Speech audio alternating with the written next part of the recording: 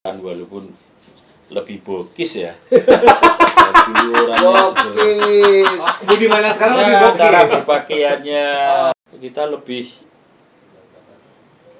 menyesal lagi kalau berdiam diri, bergerak di bawah tanah secara klandestin, masuk ke berbagai sektor, organisir kayak siluman aja. Makanya ada istilah OTB waktu itu ya. Organisasi tahu tanpa kalau bendera. di organisir itu adalah kader-kader PRD kan. Kami punya sistem bagaimana bermain dengan sistem sel, clandestine dan sebagainya.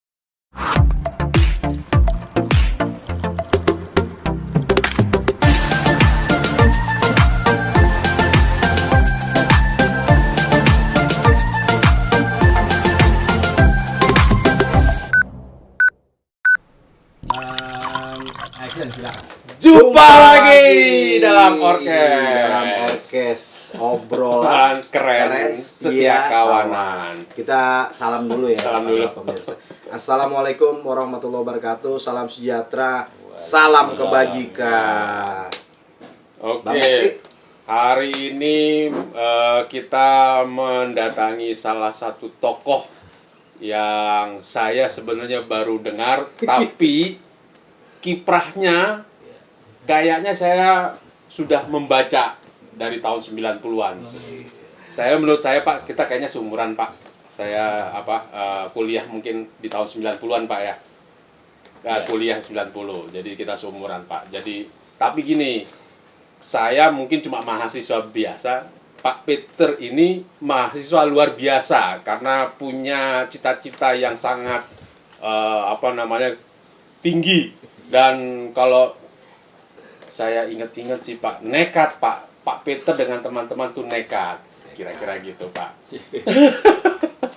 Yang kenal ini teman baiknya Pak Adi ya, Bung Adi ya. Jadi gini, kita coba mengulik sejarah Pak Peter adalah di PRD, Partai Rakyat Demokratik. Dia sebagai sekjen dan ketua umumnya Pak Budiman Sujatmiko. Pak Petrus, coba diceritakan kondisi sejarah kenapa Partai Rakyat Demokratik harus hadir dalam sejarah perjuangan yang panjang, Pak Peter. Ya, sebelum PRD berdiri ya, itu sebuah proses yang cukup panjang ya. Oke. Karena PRD ini menggabungkan atau kalau boleh dibilang istilahnya di organisasi itu mengkonsolidasikan bukan hanya gerakan di berbagai kota, tetapi juga berbagai sektor perlawanan rakyat ya. Ada buruh, ada tani, ada mahasiswa, ada seniman, kaum miskin kota, pemuda, gitu kan. Jadi ya berangkat dari situasi politik saat itu, pasca 78 kan, mahasiswa NKKBKK Pak ya, kampus ada proses depolitisasi ya. Depolitisasi itu artinya mahasiswa sudah tidak boleh mikir kritis seperti mahasiswa yang turut andil mendirikan rejim Orde Baru. Rejim Orde Baru kan juga di kontribusi mahasiswa cukup tinggi, walaupun kami sering mengatakan mahasiswa yang waktu itu demo diorganisir oleh militer, rapat-rapatnya di kantor-kantor militer ya untuk menjatuhkan rejim Orde Lama di bawah pimpinan Presiden Soekarno kan. Ya, mereka masuk dalam episode angkatan 65 ya. Nah, kami itu sebenarnya dimulai dari pasca redupnya kampus ya. Kampus 74 itu awal-awal Malari. konsolidasi Orde Baru kan, kampus juga bergolak kan. Sebagian besar sebagian mahasiswa karena gerakan mahasiswa kan sadar ada yang salah mendudukkan Jenderal Soeharto menjadi presiden kan, mulai muncul kritik. Ya mungkin kita dengar ada Arif Budiman, tokoh Golput dan sebagainya, atau Hariman Siregar tahun 74 dengan peristiwa malarinya, atau tahun 78 gerakan di ITB kan, dan sebagainya, terus gerakan 5 Agustus di ITB yang banyak yang di penjara juga waktu itu, termasuk tokohnya sekarang Fajrul Rahman yang hari ini Dr. Syahrir ya Pak ya. Karena ruang di kampus sudah sedemikian sempit kelompok-kelompok diskusi yang ada sebagian besar kepingin menindaklanjuti dari proses diskusi menjadi sebuah proses yang nyata, yaitu melakukan perlawanan di luar kampus ya kan. Kebetulan kasus tanah saat itu mengemuka adanya pembangunan Gedung Ombo. Gedung Ombo. Itu salah satu momen di mana protes terhadap kebijakan pemerintah itu melibatkan unsur mahasiswa dari berbagai kota. Muncullah komite-komite di berbagai kota ya kan. Gerakan-gerakan yang tidak mewakili organisasi yang sudah status quo. Seperti GMNI, PMGRI, HMI, GMNI, GMKI kan. Dia turut dalam sistem yang ada bahwa menjadi ekstrakurikuler dan mereka cukup mampu dibungkam, akhirnya turut dalam konsep minat dan bakatnya. Karena kita ingin membangun gerakan secara sistematis. Sistematis, tidak parokial, yang penting kecil, otonom gitu. Pokoknya eksis yang penting. Itu idenya siapa Pak yang harus campur tangan intervensi kota-kota lain dihambat dan membentuk komite-komite yang berganti. Saya pikir tidak akan membangun secara serius gerakan rakyat ya. Artinya kita akhirnya kongres. Kongres itu kan rencananya persatuan ini akan menjadi organisasi payung bagi sektor-sektor pengorganisiran, akan berdiri cabang-cabang. Nah, karena macet, justru sektor-sektor inilah yang konsolidasi. Kalau persatuan itu bulan Mei, kami yang di mahasiswa kongres menghasilkan sebuah keputusan mendeklarasikan solidaritas mahasiswa Indonesia untuk demokrasi. Semit. Awalnya Semit. Untuk sektor mahasiswanya Semit. Ketuanya Munif Larido, sekjennya Fernando Banulang, saya ketua departemen pengembangan organisasi, dan tak lama kemudian dalam Dewan Nasional terpilih menjadi sekjen karena sekjen terpilih di Kongres tidak menjalankan kewajibannya sebagai sekjen. Akhirnya yang banyak berkiprah Semit. Jadi lebih progresif. Di mana-mana. Yang paling semangat Semit baik daripada aksi yang di lain. kampus maupun aksi luar kampus. Bersama buruh, misalnya di Semarang itu kita bisa aksi buruh. Bahkan kasus May Day pertama itu hari buruh internasional bulan Mei di Semarang dengan rally dari kampus menuju ke pertama kali itu kami yang pertama kali long march, di mana orang belum berpikir tentang serikat buruh, kami sudah berpikir dan memperingati hari buruh. Serikat buruhnya adanya yang Mukhtar Pakpahan. Mukhtar Pakpahan, yang lainnya SBSI ya. Masih bersifat LSM ya, artinya proses LSM yang banyak membantu tentang problem-problem buruh di bidang hukum, mungkin di bidang kesejahteraan. Kalau kami sudah mengorganisir serikat buruh, Sudah metode mogok, buruh mogok walaupun bikin undang-undang perburuan kan melarang buruh mogok. Era reformasi saja kita kenal adanya mogok, dulu nggak boleh. Nggak boleh. Dulu buruh harus bekerja. Pelanggaran, dan kami sudah memberikan pendidikan politik kepada buruh bahwa kekuatan buruh untuk melakukan perjuangannya, menegakkan keadilan di bidang ekonomi dan tentunya mempunyai peran politik ya. Itu ya harus serikat buruh dan harus berani mogok, tidak hanya pembelaan soal hukum semata. Tapi Pak, kayaknya kalau saya kembali dari sekarang sampai kembali masa lalu, hubungan antara mahasiswa dengan buruh kayaknya yang paling harmonis zamannya Smith itu kali ya Pak ya. Setelah itu kayaknya buruh sama karena memang mahasiswa kayaknya nggak pernah cocok lagi kemudian itu Pak. Depolitisasi itu menyebabkan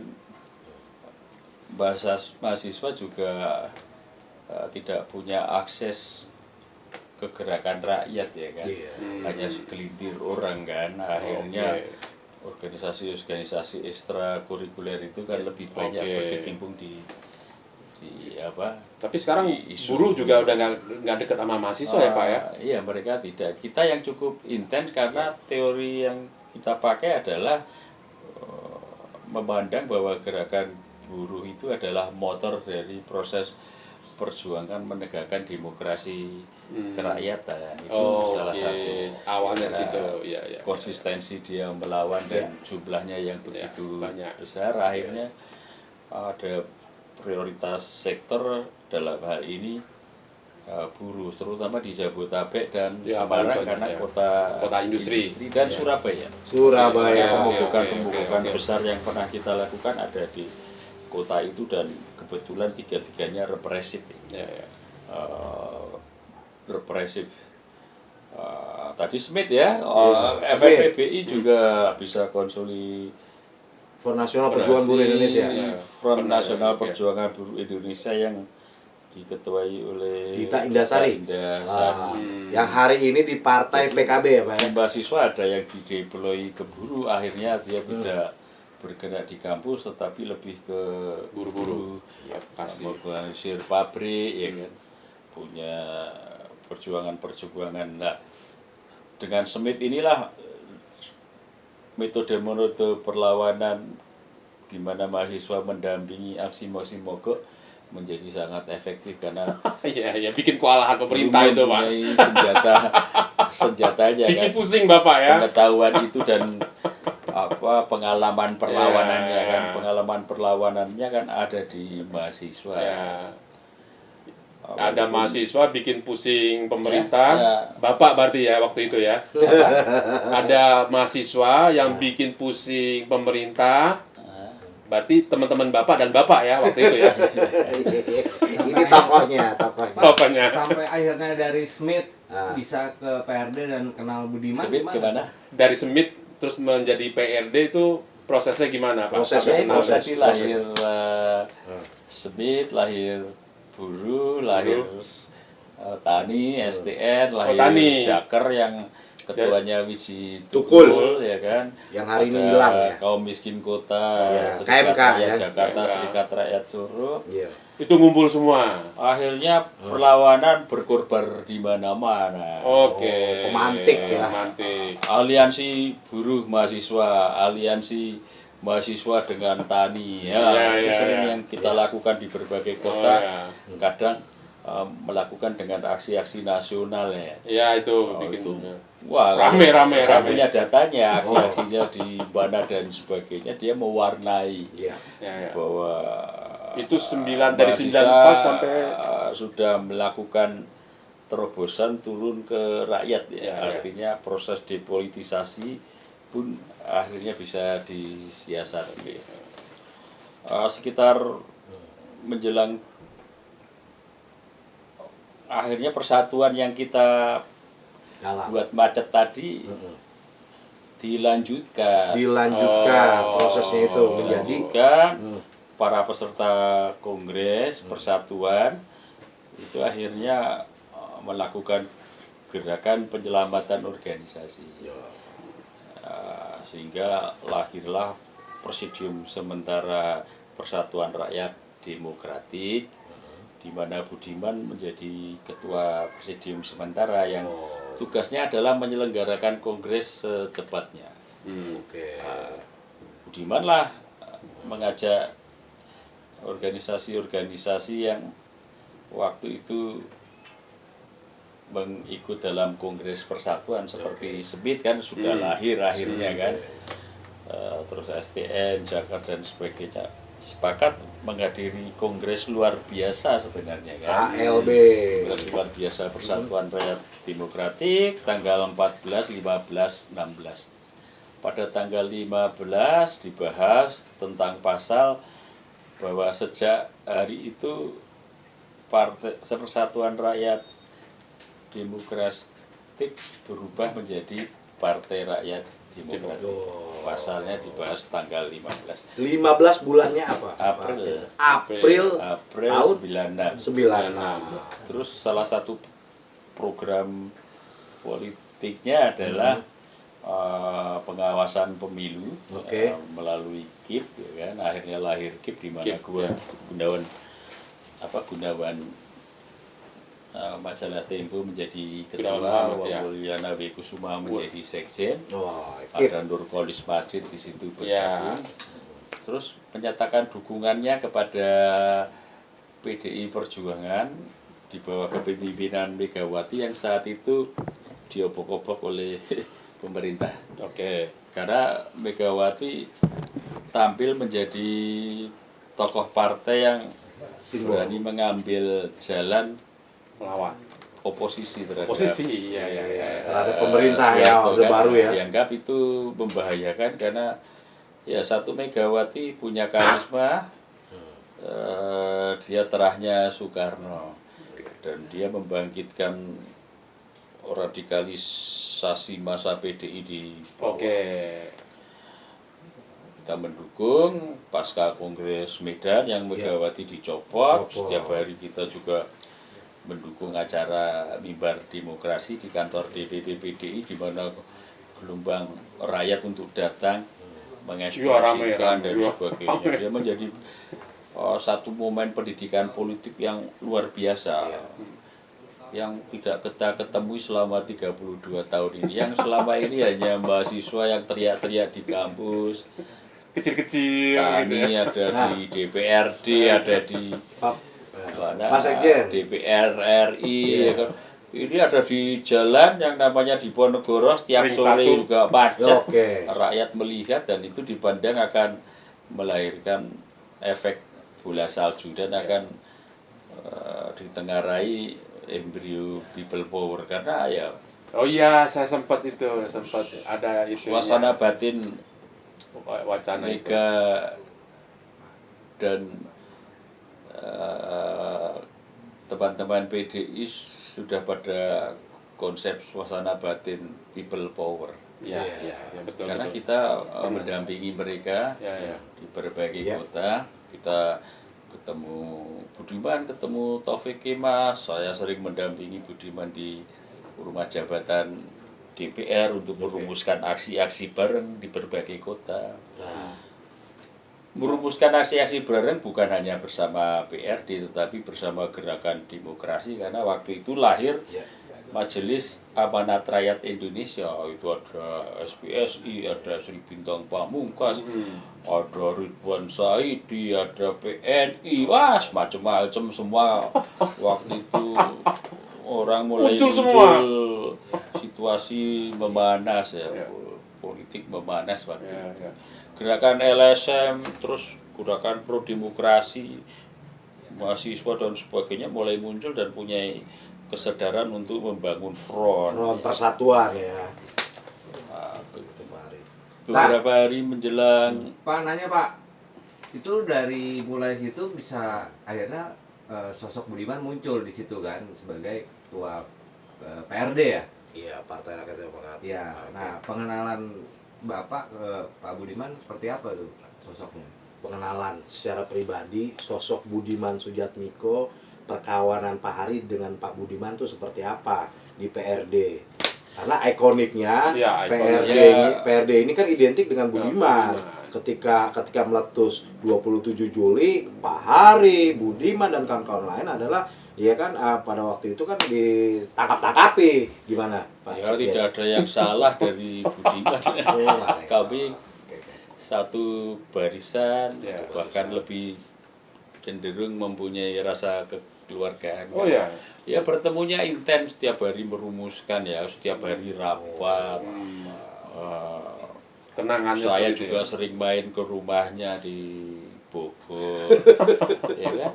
Iya. Sampai pada proses tertangkap dan dipenjara bareng dan akhirnya diam dalam satu sel bareng, diskusi makan, diskusi ya, terus Pak. dikurung setiap sore kan, mulai pukul 6 kan kami nggak boleh keluar dari sel, dikunci, digembok ya, kami nggak bisa memandang. Tapi satu sel Pak ya? Matahari satu sel karena kami sama-sama pengurus pusat, ada 2 sel, satu pengurus pusat, satu pimpinan-pimpinan ormas yang waktu itu juga ditangkap, dan kami dipenjara kan mengorbankan perlawanan, kami melakukan diskusi, Cipinang ya Pak ya, merumuskan usulan-usulan dari penjara,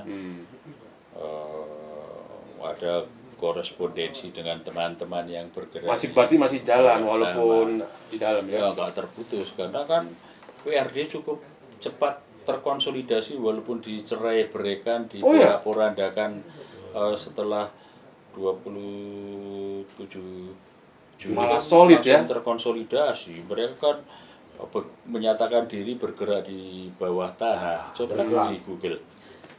Bergerak di bawah tanah secara klandestin, masuk ke berbagai sektor, ngorganisir kayak siluman aja. Makanya ada istilah OTB waktu itu ya.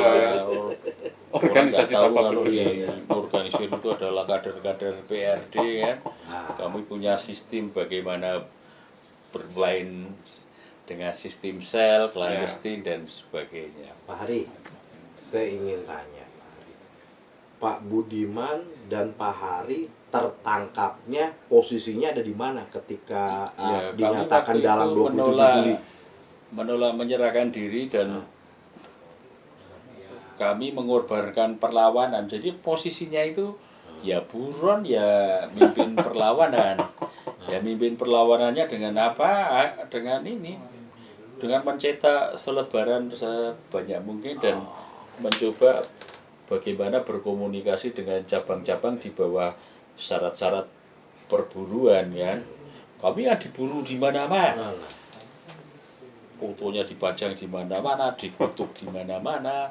Setiap hari pemerintah juga konferensi pers ya kan. Rasanya gimana? Sebenarnya ruang gerak kami terbatas, tapi kami ada rasa takut, Pak. Ya? Ada rasa takut. Ya gimana ya? Takut juga, tetapi kita lebih menyesal lagi kalau berdiam diri atau melarikan diri. Itu sama yang melawannya. Jadi apa yang dirasakan oleh Pak difasilitasi oleh Romo Sandiawat, Gunawan Muhammad dan kelompok-kelompok yang lain ya. Enggak. Maksudnya Pak, ngeluarin statement kan masih bisa kita. Rasa takut yang dirasakan oleh Pak Peter juga dirasakan oleh Pak Budiman, dirasakan oleh teman-teman yang lain itu juga pernah diucapkan Pak, dirasakan teman-teman. Enggak sih ya. Tapi lebih kuat ya.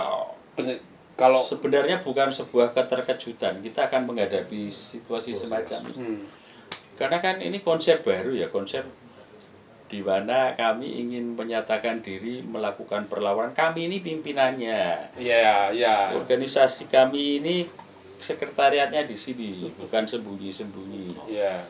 manifesto kami seperti Ada. ini. Tegas, mereka Ya. tahu jalan, peta jalannya itu tahu Ya. apa kita mau seperti Ya. apa, cabut 5 undang-undang politik, Fungsi ABRI. cabut fungsi ABRI, Ya. demokrasi multi partai kerakyatan, Ya. referendum bagi rakyat, Timur. Iya. semua yang dikumandangkan itu kan Kayaknya jadi sudah semua itu, Pak. ada sejak deklarasi bahkan jauh sebelumnya. Iya. Setiap aksi kita kan selalu menyatakan cabut 5 undang-undang politik, cabut fungsi ABRI, Referendum. demokratisasi di Indonesia omong kosong kalau tidak mengkaitkan dengan hak menentukan rakyat sendiri, rakyat mau beri. Pak Hari, Pak Sekjen. Gini, ketika Pak Hari menyerahkan diri ya, menyerahkan diri ya ke pemerintah ya, dimediasi oleh beberapa kawan-kawan, menyerahkan diri. Untuk ditangkap atau gimana? Atau tertangkap atau menyerahkan diri? Menyerahkan diri. Nah, setelah proses Menyerahkan diri. menyerahkan diri. Enggak, maksudnya gini. Tapi nggak pernah menyerahkan diri. Tidak menyerahkan diri. Tertangkap. Kalau ketangkap itu kan orang lawan tertangkap, bukan kita menyerahkan diri. Ya karena ketangkap. lawan. Lebih tepat kalau Lebih tepatnya saya bersama Budiman itu diculik. Iya, saya berada di rumah kakak Romo Sandiawan, Pak Ferry Sumardi. Di situ kami menyusun rapat-rapat, agenda-agenda perlawanan, dan mencoba mengkonsolidasikan kawan-kawan. Di situ kami ditangkap yang kita tidak tahu kesatuannya di mana. Dia tidak memakai surat perintah penangkapan.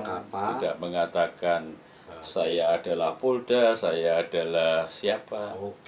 Main babi bubu aja pakai todongan pistol. Dengan cara mereka melakukan kerakasan, menangkap dan membawa kami ke sebuah tempat. Karena mata kami ditutup. Waktu itu mana sih yang berani bela kami? Nggak ada, Karena kalau nggak ada, Pak. bela itu kan ya sembunyi-sembunyi. Ya, nggak ada. Kalaupun berani terbuka ya bisa dihitung dengan jari. Seperti Itu juga kayaknya kurang gitu. Gus Dur. Ya. Gus Dur kan salah satu ormas Islam yang tidak mengutuk PRD. Oke. Mulai dari Amin Rais, Yusril Mahendra, semua ormas-ormas Islam, termasuk yang saat itu sedang naik daun yaitu ITSMI, Ikatan Cendekiawan Muslim Indonesia. Nunjuknya pasti saya tahu, Pak. Ya, ketuanya Komunis ya, Pak. B.J. Habibie. Ya, Pak. Ditunjuknya sebagai komunis.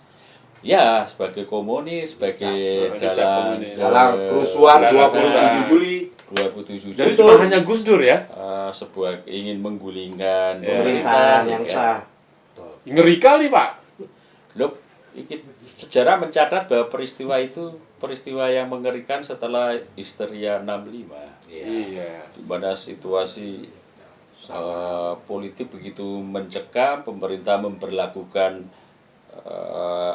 kebijakan-kebijakan represif, ancaman-ancaman ya kan, teror, intimidasi,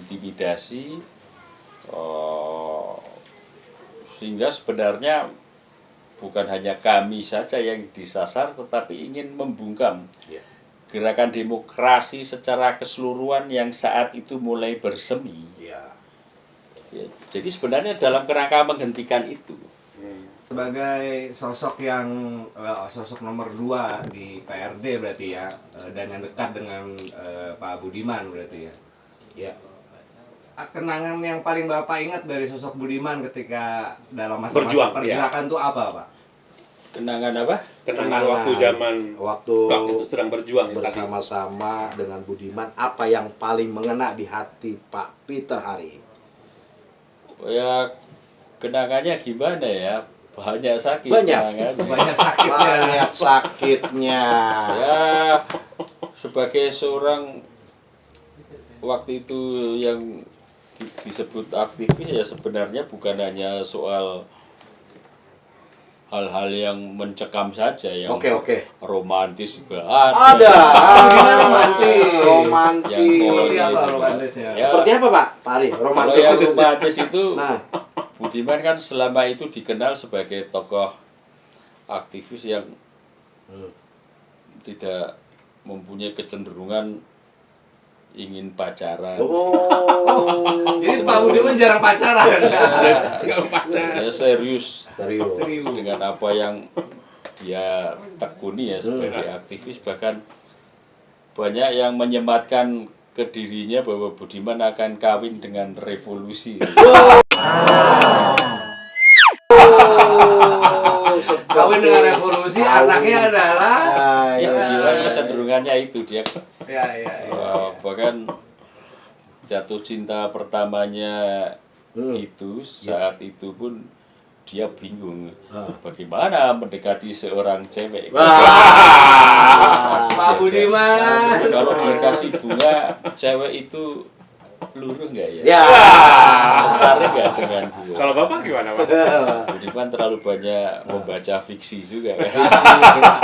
Tapi ya apa yang dibaca kan pasti sudah jelas ya. Terakhir Tapi komunikasi masih kapan? bimbang ya, perlu bertanya. Terakhir komunikasi dengan Budiman kapan, Pak? Apa? Terakhir komunikasi dengan Budiman kapan, Pak? Komunikasi dengan Budiman apa ya? Kalau secara langsung itu ada pertemuan Tapol-Napol Cipinang. Reuni. Bukan hanya PRD ya, kita ngumpul-ngumpul. Waktu itu mensiasati apa sih?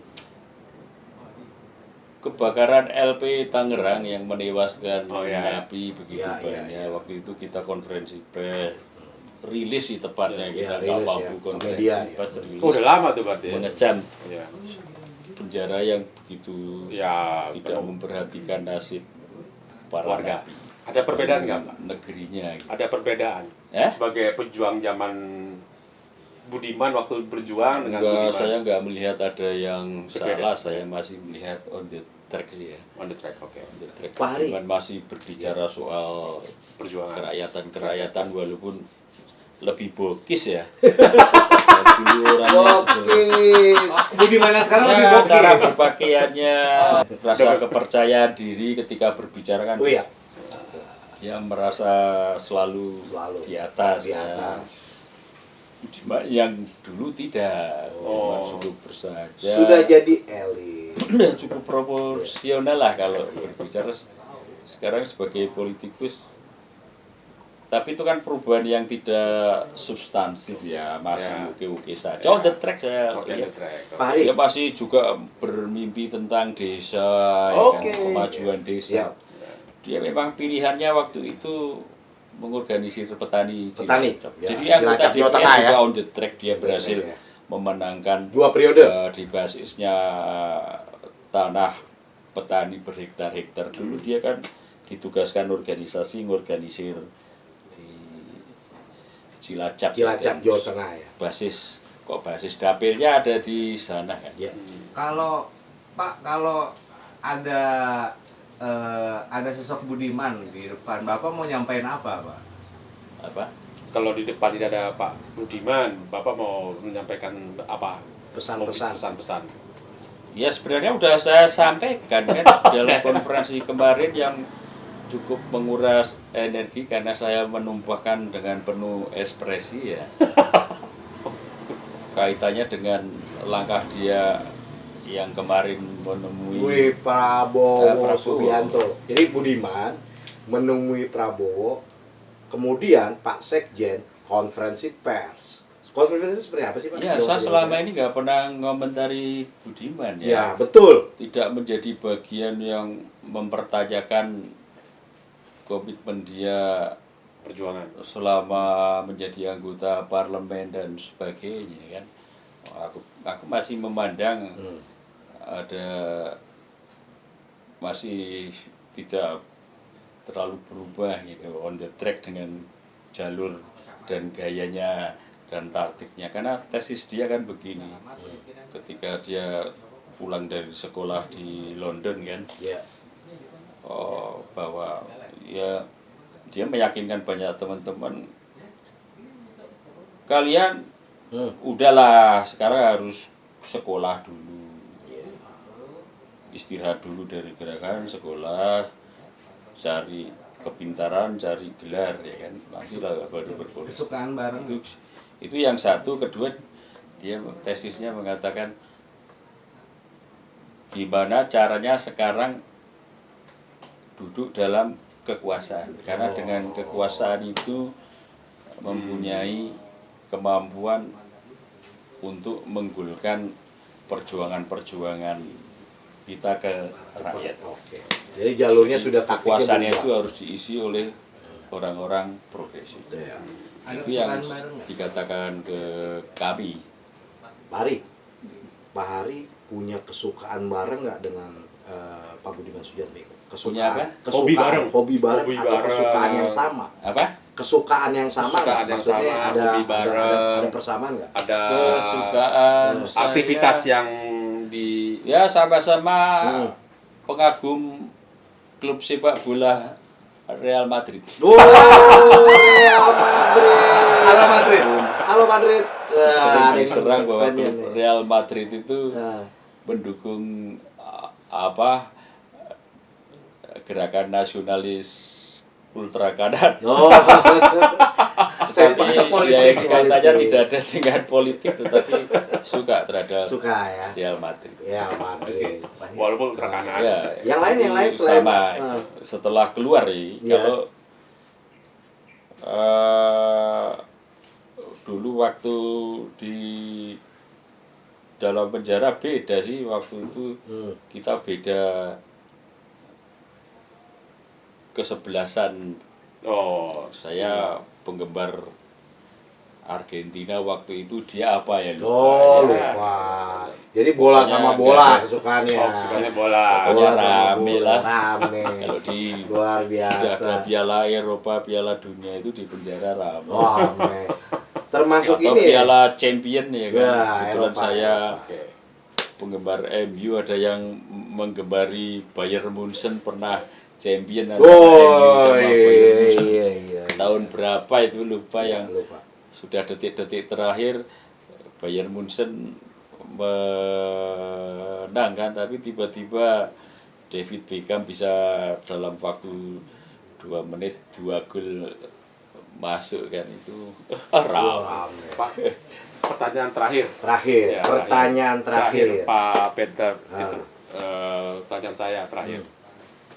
Saya melihat perjuangan Pak Peter itu seperti tuntutan-tuntutan yang sudah diselesaikan, kayak referendum, fungsi sudah selesai. Perasaan Bapak gimana Pak mengenai perjuangan selama ini?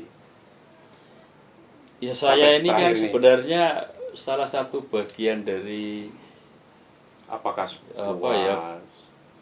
pengurus PRD yang tidak terlibat dalam politik partisan. Saya tidak bergabung di partai politik, bahkan sekelas relawan saya tidak bergabung ya. 20 tahun Pilpres saya tidak menjadi relawan. Ya kan? Saya lebih banyak bergerak di bidang sosial, mendirikan komunitas pasien cuci darah. Sebuah komunitas yang punya kepedulian terhadap advokasi pasien, ya. Terus perjuangan regulasi, karena kebijakan negara sangat bersentuhan dengan pasien, dan saya 10 tahun kan menjadi pasien gagal ginjal. Saya cuci darah selama 10 tahun. Atau ada pesan dari ini yang bisa diwakilkan oleh Bapak mengenai komunitas? Komunitas apa? KPCDI. Cuci darah. Cuci darah. Mungkin ada ininya, pesan-pesan. Komunitas. Ya. Melalui komunitas. Bapak. Ya, sebagai ininya Bapak. Pasien cuci darah. Untuk ya, saya pikir bahwa komunitas itu juga harus melek terhadap regulasi, kebijakan. karena apa yang kita jalani sebagai pasien itu sangat terkait dengan regulasi. BPJS itu kan hasil perjuangan dari Serikat Buruh juga. Dulu kan BPJS itu mangkrak, kalaupun itu inisiatif DPR, tetapi kan pemerintah tidak mendukung saat itu untuk dilakukan pembahasan. Akhirnya tampil Serikat Buruh yang membentuk koalisi buruh untuk jaminan sosial. Luar biasa ya. Saya kan waktu itu staf ahli di DPR Komisi 9. Dari fraksi? Ketua komisi waktu itu dijabat Ripka Ciptani. Ibu Ripka Ciptani. Sedang dibahas saat itu dan saya tahu lah bagaimana perjuangan buruh. Ya, buruh yang waktu itu mempunyai pemikiran maju, memikirkan soal jaminan sosial, di mana kelas menengah kita, kaum pekerja kelas menengah kita nggak berpikir. Hanya buruh yang mikirin ya. Berpikir bagaimana memperoleh kesejahteraan, karena jaminan kesehatan menjadi sangat esensial ya. Kita sakit bisa langsung menjadi miskin ya. Dengan adanya BPJS saya pikir sekelas saya yang harus cuci darah biayanya 1,5 juta setiap cuci darah, dengan BPJS sekarang masih bisa hidup 10 tahun. Dulu kalau cuci darah hanya sekali 2 kali, setelah itu mati ya. Pak Hari, Pak Budiman tahu nggak kondisi Pak Hari seperti apa? Tahu? Ya tahu, tetapi tidak pernah mengunjungi. Sekalipun dia tidak pernah mengunjungi aku di rumah sakit, nemeni aku cuci darah. Dan kita juga kalau aku nggak dikunjungi nggak apa-apa. Keluarga yang diculik itu loh nggak pernah dikunjungi. Satu pesan. Itu kan persoalan remeh-temeh kan. Secara politik juga kalau dia anggota PDI nggak punya resiko sih ngunjungin kemanusiaan. Pak Budiman, para keluarga itu kan penting juga mendapat support moral ya kan. Bahwa mereka dikunjungi, diberi semangat, mulai dari istrinya Widi Tukul sampai istrinya Widi Tukul meninggal juga Budiman nggak pernah. Pak Hari, acara-acara diundang untuk korban penghilangan paksa juga nggak hadir. Apalagi berteriak secara lantang ya. Ada rekomendasi dari DPR tentang kasus penghilangan paksa juga dia tidak gaungkan, bahwa itu keputusan DPR tahun 2009. Oke, dengan kondisi seperti itu, saya ingin menyampaikan sebuah nilai ke Pak Budiman Sujatmiko, Sekjen, mantan Sekjen PRD. Tolong kunjungi keluarga korban penculikan. Itu ya Pak Hari, ada sebuah pesan ya untuk Pak Budiman. Ya kalau kita sekarang lebih kencang lagi teriakannya. Ya urungkan niat bersekutu dengan Prabowo. Ya sekarang jauh usah 4 rekomendasi DPR deh. Yang sudah dilakukan oleh Jokowi dengan penyelesaian pelanggaran HAM berat yang non yudisial, soal reparasi ini, soal bagaimana menyantuni para keluarga korban. Ya dia kan bisa berbicara kepada Jokowi bahwa apa yang sekarang terjadi ini nggak berkelanjutan. Nah, terlalu sederhana. Betul. Jadi gini, kompensasi yang diberikan kepada keluarga korban. Dan kalau seorang sekelas Budiman ya 4 rekomendasi DPR dong harus diselesaikan. Nah, sebelum acara orkes ini kita sudahi, ada sebuah nilai yang ingin kita ucapkan bersama-sama. Pancasila. Kita mulai dari saya, sila-sila Pancasila kan ada 5 sila. Kita ucapkan sebagai kita seorang nasionalis sejati. 1, Pancasila, ketuhanan yang Maha Esa. Kedua, Pak Hari, kemanusiaan yang adil dan beradab. Luar biasa. Ketiga, Persatuan Indonesia. keempat, kerakyatan yang dipimpin oleh hikmat, kebijaksanaan dalam permusyawaratan perwakilan. Keadilan bagi seluruh rakyat Indonesia. Luar biasa. Sampai ketemu lagi. Sampai ketemu di next edisi Orkes